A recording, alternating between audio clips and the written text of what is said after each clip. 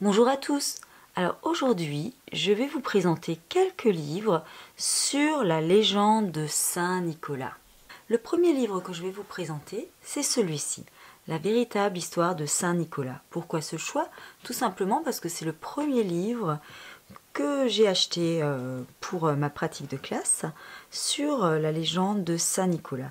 Ce livre date de 1997 et il est sorti en fait l'année où j'ai commencé à enseigner. Alors ce que j'apprécie particulièrement dans ce livre-là, c'est que de tous les ouvrages que j'ai sur la légende de Saint Nicolas, c'est le seul où Saint Nicolas est représenté vêtu de violet, le violet de l'évêque et non de rouge.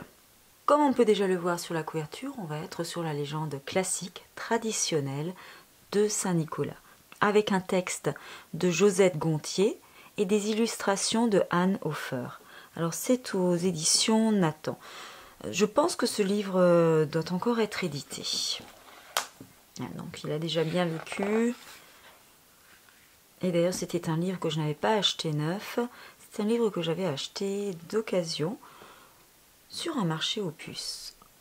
Voilà, je vous en montre quelques illustrations. Donc on commence comme toujours avec les trois petits enfants qui s'en vont dans les champs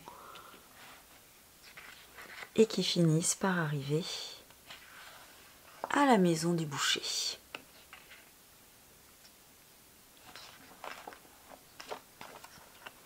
Le boucher qui les fait rentrer, qui bien vite sort son grand couteau.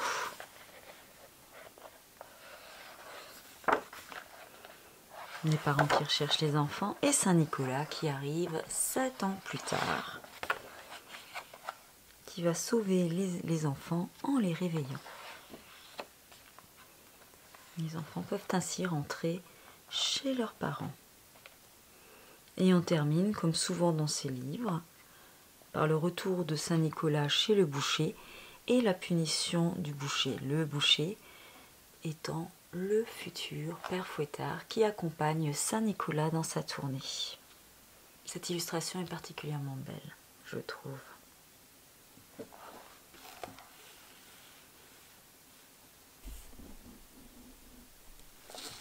Donc, la véritable histoire de Saint Nicolas. Je vais passer à un second ouvrage qui est d'ailleurs le deuxième. Le deuxième que je me suis acheté. La légende de Saint Nicolas aux éditions du Basberg de Jean-Claude Baudroux et Emmanuel Pereira.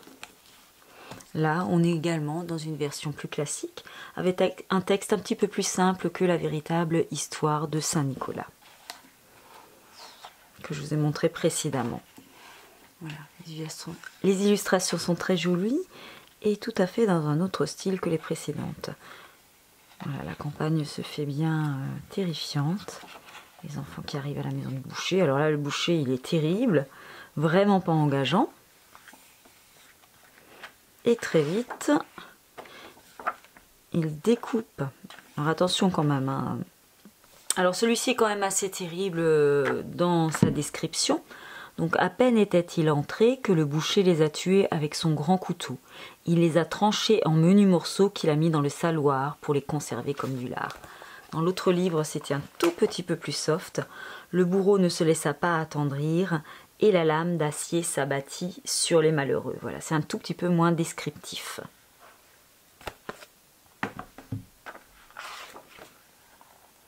Donc celui-ci est donc un petit peu plus court, un petit peu plus simple, mais vraiment très descriptif. Voilà.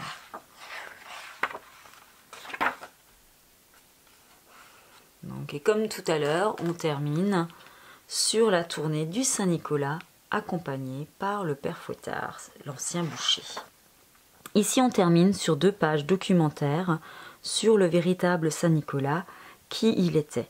Et on parle également de l'origine véritable du père Fouettard, en expliquant que le père Fouettard serait né en 1552 lors d'un siège de la ville de Metz, où la ville était assiégée par les troupes de Charles Quint. En effet, les habitants promenèrent l'effigie de cet empereur à travers les rues, puis le brûlèrent. Et c'est ainsi que le père Fouettard serait né et serait Charles Quint. Pendant longtemps ensuite, je ne m'étais pas penchée sur les livres de légende de Saint-Nicolas. Et à l'occasion d'un salon du livre, j'étais tombée sur cette version de Saint-Nicolas et les enfants perdus, écrite par Christine Naumann-Villemain et illustrée par Marion Duval, éditée chez Le Thé aux Histoires. Voilà, donc j'ai une petite dédicace et je l'avais donc acheté en 2013, celui-ci.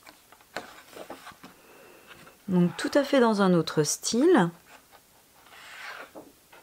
graphique. Donc on est toujours encore dans une histoire traditionnelle, quoique un petit peu plus moderne, un petit peu plus récente au vu des tenues des enfants,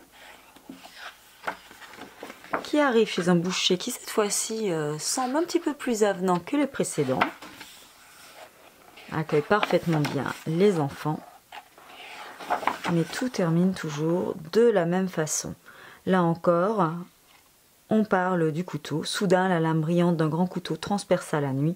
La main qui le brandissait était celle du boucher. Pauvres petits!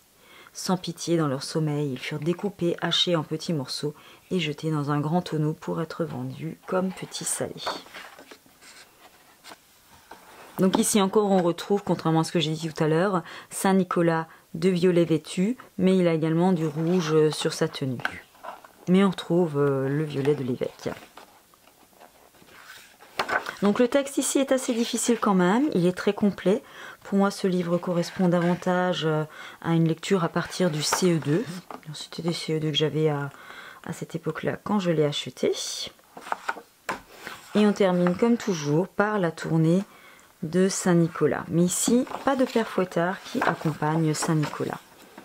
Et on a également à la fin, donc quelques pages documentaires sur Saint-Nicolas, avec ici un tableau, le site antique de la ville de Patars en Asie,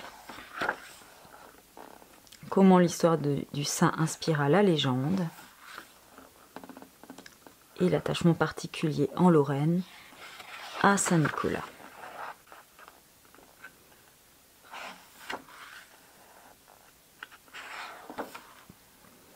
Toujours lors d'un salon du livre, et c'est en regardant les dates que je me rends compte que celui-ci en fait date de 2012 et celui-ci de 2013. Donc j'avais d'abord la visite de Saint-Nicolas et du Hans. Alors là, on est tout à fait encore dans un autre registre graphique. Alors écrit par Jean-Luc Burger et illustré par Alexandre Roanne. Et on est aux éditions Calicéphale. Alors celui-ci, c'est une histoire tout à fait moderne. C'est une histoire de la tournée de Saint-Nicolas. Alors ce qui me plaît dans cette histoire, c'est Saint-Nicolas et Père Fouettard qui font leur tournée. Et on rentre dans l'intimité d'une famille alsacienne, donc puisque la maman est en train de préparer des Schwowebredele, des pains d'anis, des palais des dames, donc comme on fait dans toutes les maisons alsaciennes à partir du mois de décembre. Donc on rencontre les enfants, Aline et Pierre, donc c'est une histoire tout à fait actuelle, dans laquelle les enfants se reconnaîtront bien, et Saint-Nicolas arrive. Et grâce à la présence de Saint-Nicolas et du père Fouettard, on va découvrir la bonne action de la petite Aline.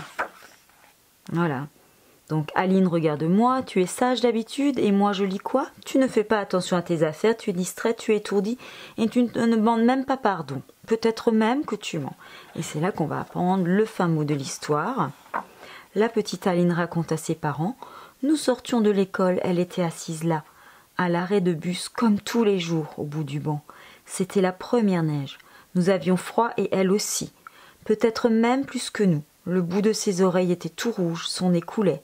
Nous nous sommes assis à l'autre bout du banc. Notre bus est arrivé. Alors j'ai posé mon bonnet et mon écharpe à côté d'elle, et pour la première fois je lui ai souri. Au fond de l'armoire, j'ai encore le vieux pompon, et je lui ai souri. La petite Aline a donc fait une bonne action en laissant son bonnet et son écharpe bien chaud à une petite fille qui en avait bien plus besoin qu'elle. Et la jolie illustration de cette scène, la voici. Saint-Nicolas récompense le beau geste d'Aline. Donc histoire différente, on n'est plus du tout sur la légende de Saint-Nicolas, mais sur la visite de Saint-Nicolas et du Hans. Puis en 2017, j'en ai acheté deux. La légende de Saint-Nicolas des éditions Ouzou et l'histoire de Saint-Nicolas de Quentin Gréban aux éditions Mijade. Alors ici c'est Sophie de Mullenheim et Axel Van Hoof. Je vais commencer par celui-ci qui est une histoire classique de la légende de Saint-Nicolas. Voilà. Donc on se trouve bien aux bases de la légende, il y a fort longtemps déjà, avec un texte qui est tout à fait adapté pour le cycle 2, même si le boucher est assez terrible, comme vous pouvez le voir. Donc là aussi, bien sûr, mais c'est difficile de passer à côté, on explique que pendant la nuit, le boucher se leva et tua les 3 enfants qui dormaient. Il les découpa en morceaux, les mit dans un tonneau près de la cheminée et les recouvrit de sel. Saint-Nicolas qui arrive chez le boucher, qui va accomplir son miracle.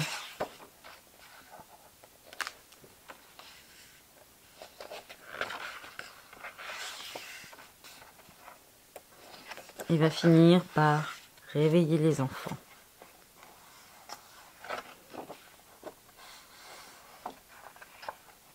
De leur long sommeil de 7 ans. Alors ici on termine par contre, quant à Saint-Nicolas, il continua de faire le bien partout où il allait. Il devint si connu que les enfants se mirent à le fêter chaque année. Et le boucher, plus personne n'en entendit jamais parler. Donc dans cette histoire, on ne dit pas ce que devint le boucher. Je passe ensuite à cette histoire dont les illustrations sont juste magnifiques. On est dans la légende de Saint-Nicolas, mais une légende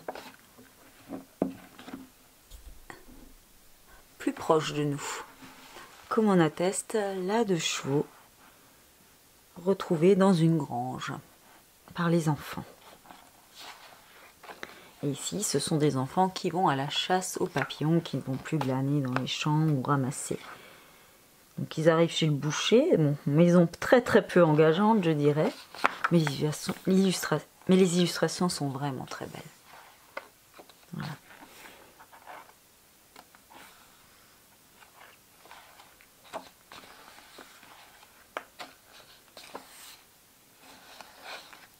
Donc ici aussi, le boucher, vilain bandit, revint les chercher à minuit. Il les fourra dans un tonneau pour les saler comme des pourceaux. Donc on n'explique pas qu'il les découpe, il les met directement dans le tonneau pour les saler. Désespoir de la maman, la magnifique forêt et Saint-Nicolas qu'on aperçoit par ici. Qui finit par arriver chez le boucher. Et accomplir son miracle et réveiller les enfants. Retour des enfants à la maison. Là aussi, on ne sait pas ce que devint le boucher, à part qu'il s'est enfui de la maison juste avant que Saint-Nicolas accomplisse son miracle.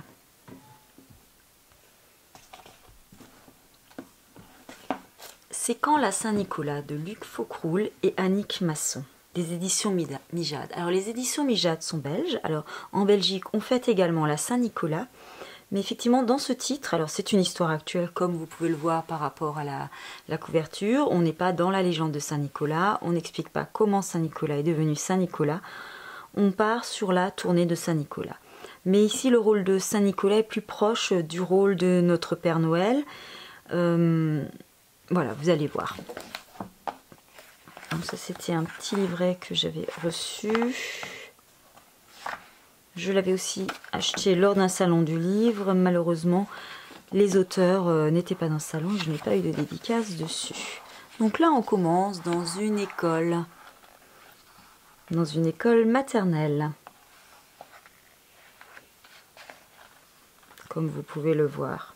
La maîtresse essaye de calmer les enfants en leur disant « Allons, allons, pas de querelle. Que va penser Saint-Nicolas lorsqu'il viendra à l'école ?» Et oui, Saint-Nicolas vient souvent dans les écoles pour récompenser les enfants sages. Donc on a la visite de Saint-Nicolas à l'école. Le catalogue de jouets qui arrive et les enfants qui ici préparent leurs lettres pour Saint-Nicolas. Alors, chez nous en Alsace, pas de lettre à Saint-Nicolas, mais la lettre au Père Noël. Pour cela, en cela, je disais que c'était plutôt, effectivement, adapté à un public belge, puisque j'imagine que c'est en Belgique que Saint-Nicolas, que les enfants passent commande à Saint-Nicolas. Mais ce n'est pas non plus perturbant pour nos petits élèves en Alsace et en Lorraine.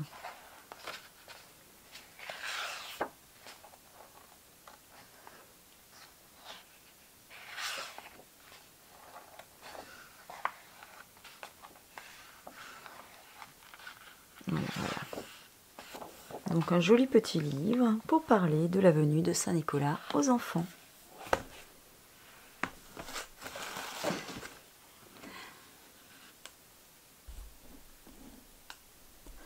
Je termine avec ma dernière acquisition, La légende de Saint-Nicolas, aux éditions Lito, écrit par Valérie Vaïcha Giuliani, j'espère que je n'ai pas trop écorché le nom, et illustré par Lily la Baleine. J'adore les illustrations de Lily la Baleine, et Valérie est une collègue pas bien loin de ma région, puisqu'elle est en Lorraine.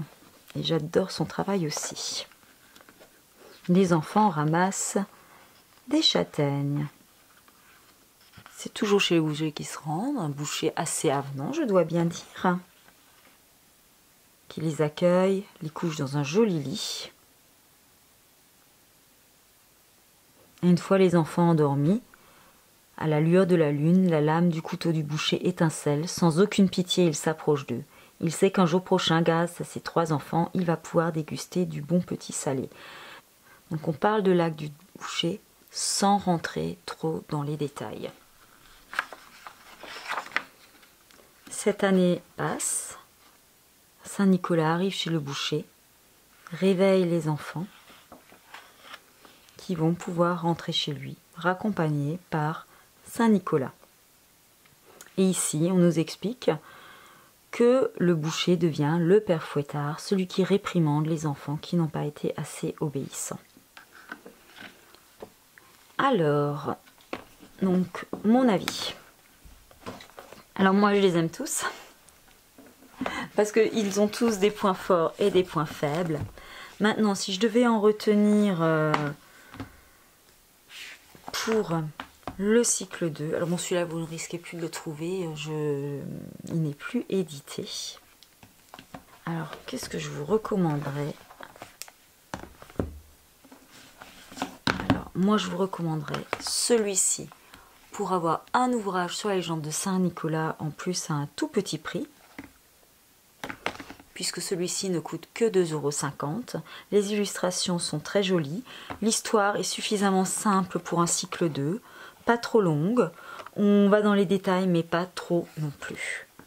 Et celui-ci aussi que j'aime quand même beaucoup, justement parce que c'est la visite de Saint-Nicolas et que Saint-Nicolas récompense la bonne action de la petite Aline, et c'est grâce à Saint-Nicolas en fait qu'on apprend la bonne action de la petite Aline qui n'avait pas osé en parler à ses parents. Donc s'il ne devait y en avoir que 2 à retenir, ce seraient ces 2 titres pour le cycle 2.